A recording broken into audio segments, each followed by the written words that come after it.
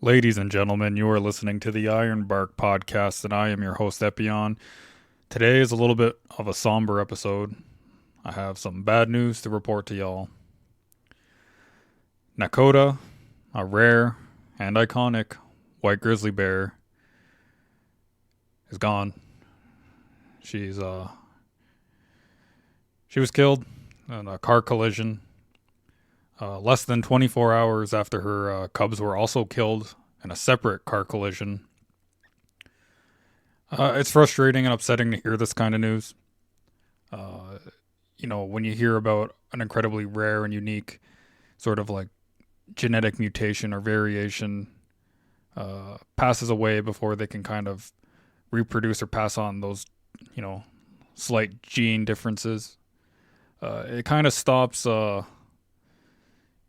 Darwin and its footsteps of sort of like the emergence of like new subspecies or species and these slight variations from developing.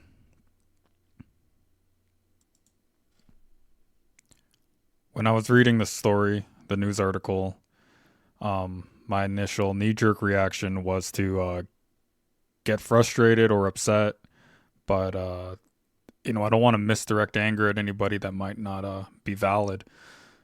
So it could just be a complete tragedy where it's a series of unfortunate events. As I read the article, it said, a driver approached so before that, a train, was clearing the tracks. It let go a big sound, its horn, blew the horn to kind of, scare any animals that are near the track off the track, which is a nice thing to do. It keeps them off the track and prevents them from dying. There has been some bears that have passed away this year because of trains. That it happens, unfortunately.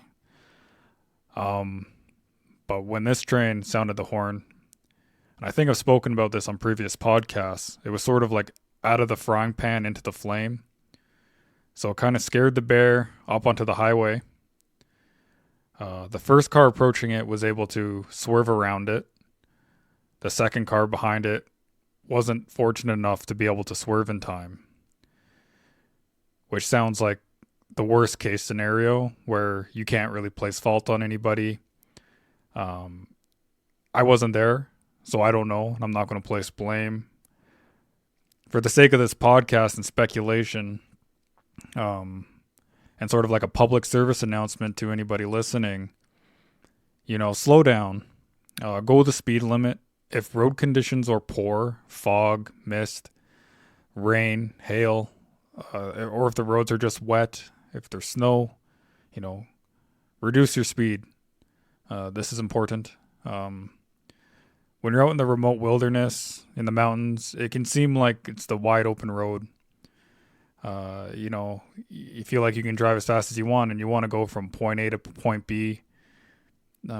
You're in the most beautiful place in the world when you're in the Rockies. This happened in Yoho National Park in Canada. It's immaculate there, pristine wilderness, beautiful. You don't need to go anywhere fast. Take in the drive. The journey is far better than a destination in some regards, and you may even be fortunate enough that a bear like Nakoda, it's like on the side of the road or something, and you get to bear witness to this incredibly rare and unique grizzly bear. So take in the time, enjoy the journey, because it might be better than the destination itself, even though, sitting in a car for a long time can suck. Speeding, you're only going to get there, a few minutes faster than you would have normally anyway. And then what's worst case scenario? You end up hitting like this like rare majestic animal that gets, a lot of publicity and news, and you're personally probably going to feel pretty horrible about it. You don't want to go through that kind of strife. So, just be cautious. Be like, I would feel terrible if it happened to me. Like, I would be beside myself. I'd feel like the world would hate me. So I do have a bit of compassion for those people that were probably involved, right? And hopefully they're okay. Collisions with wildlife can, it can cause injury to you. So I'm not just thinking of the wildlife when I'm saying slow down. I'm thinking about, the people. You got kids in the car, whatever. the damage to your vehicle is expensive. You might not be able to afford the repairs, like that kind of damage. So, like, slow down for your own sake, for your family's sake, and then for wildlife's sake. Um, yeah. So the train horn goes off. It runs onto the road. What can I say? Like, if we're gonna speculate, was the person following too close? Were they going the speed limit? Were they going above the speed limit? Were they paying attention? Were they glancing at their phone and didn't see the swerve in front?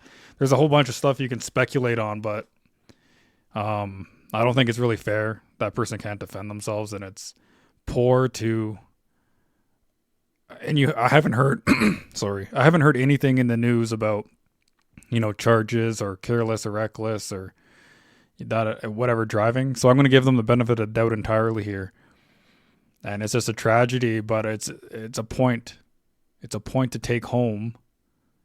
Slow down, because I'm out in the wilderness in the remote areas quite frequently, and I use these highways. I see people driving, to put it completely frank, like fucking idiots. Idiots.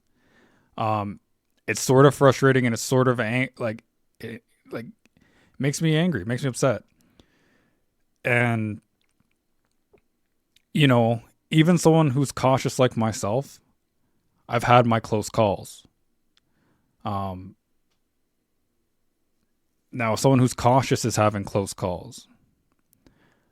I reckon someone who isn't cautious or thoughtful is basically almost guaranteed to have an accident, especially if they're driving at night. I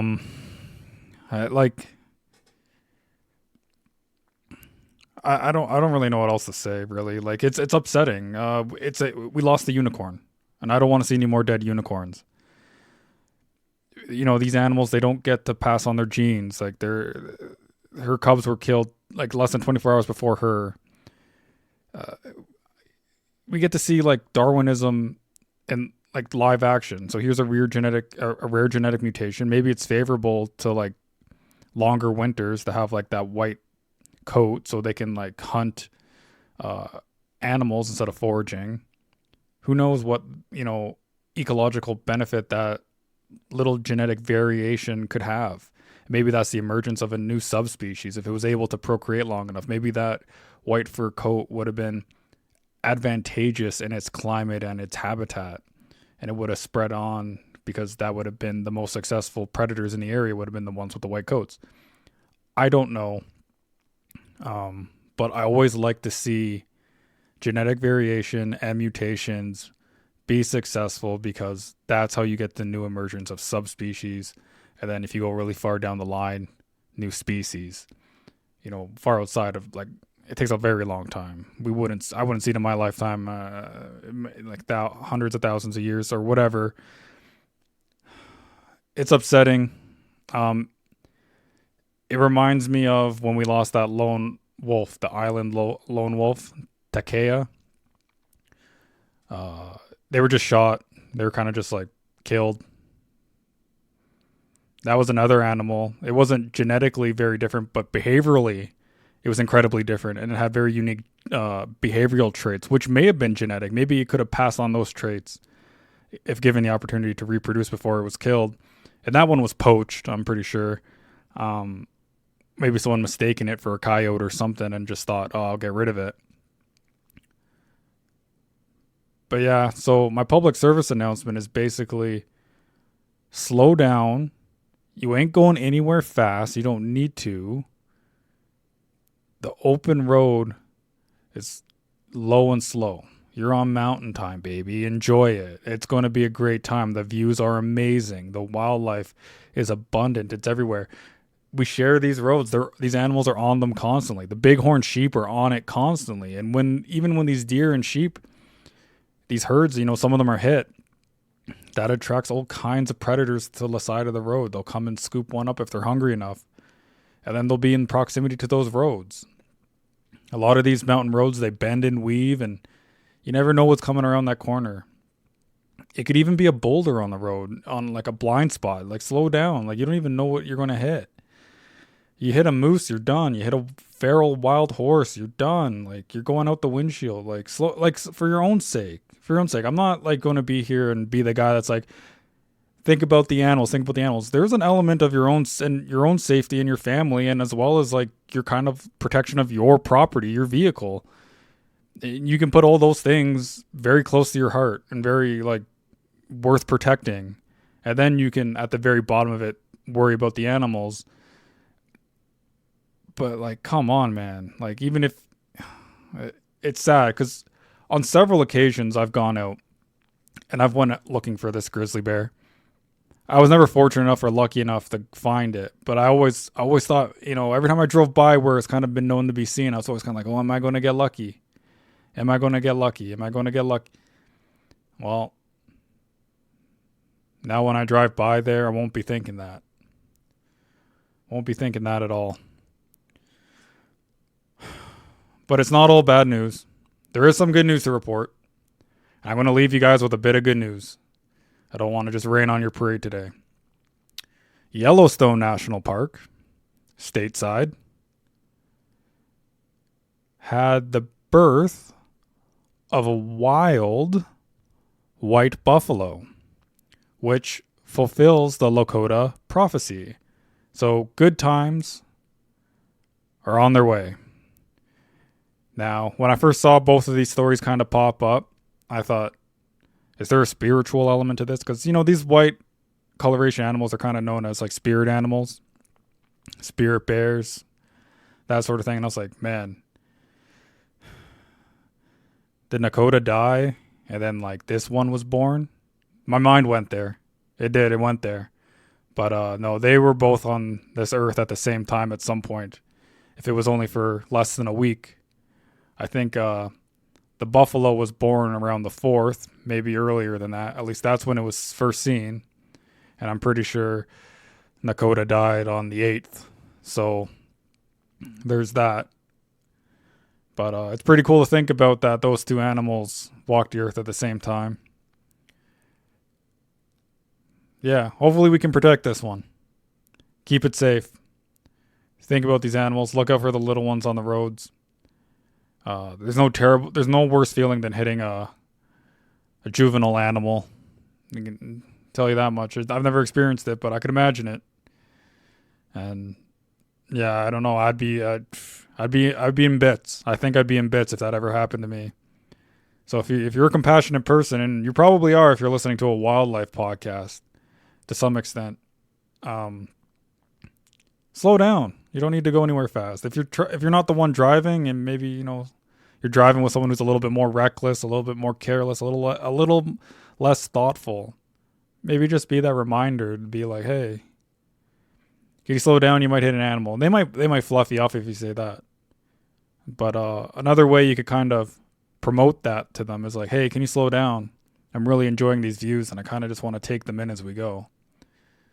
They might slow down for that. But I'm not here to try to convince you to try to convince anyone else or manipulate anyone else into, doing good.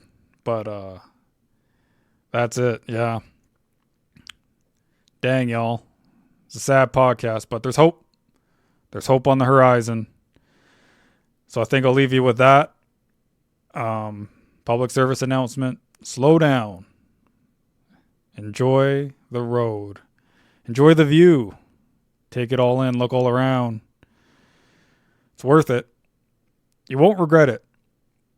But the tourist seasons in the mountains, they're frustrating because there's a lot of thoughtless people that just point A to point B. I don't care about everything in between. It can get out of my way. Countless times I see these jugs of windshield washer fluid. It's got antifreeze in it, typically, which is sweet, like to the taste. Animals are attracted to it, and people just toss them on the side of the road after they've run out of windshield washer fluid, because there's lots of bugs or, there's, dust or whatever. So they're wiping their windshields constantly. They need to top up their fluid. And you know what they do with the jug after instead of throwing it in the trunk or whatever? Because maybe they're traveling with a lot of stuff and they don't want to put it in there because their food and their blankets and blah, blah. They just toss it on the side of the road. Even though there's plenty of receptacles, like stop points where you could fill that up, probably no issue. And they're bear-proof garbages. No, people just toss it onto the side of the road because they just feel like that's the time they need to do it. I've picked them up.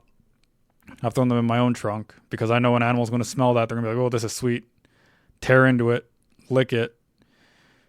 And when an animal gets antifreeze into their system, it's a slow, crippling death until they're like wasted away. And it's horrible. And it can be mistaken as CWD and all these other things. It's very irresponsible. So don't do that either. I think I've gone off about that on a podcast before because I felt pretty strongly about that when I saw a car of women do that. And after I stopped to kind of make sure they were okay. I always do that. I always stop to make sure people are okay if they're ever pulled over to the side of the road, like in weird spots, or it seems like they have like their hood up. Um, I've helped people out of like weird road to ditch like situations where the center of their car was like dangling off the side of the road because the ditch was just like a sudden drop off the side of the road. So two of their wheels were on the road on the on the driver's side were on the road, and then two of them were off the road on the passenger side. I think there was a bit of snow. Was there? I can't remember. But anyway, they weren't going anywhere. And a guy with a truck pulled over. He got a rope out. I just was more like a guide guy. I was like, okay, it's safe, it's safe, it's safe. But yeah, we've helped. I've helped.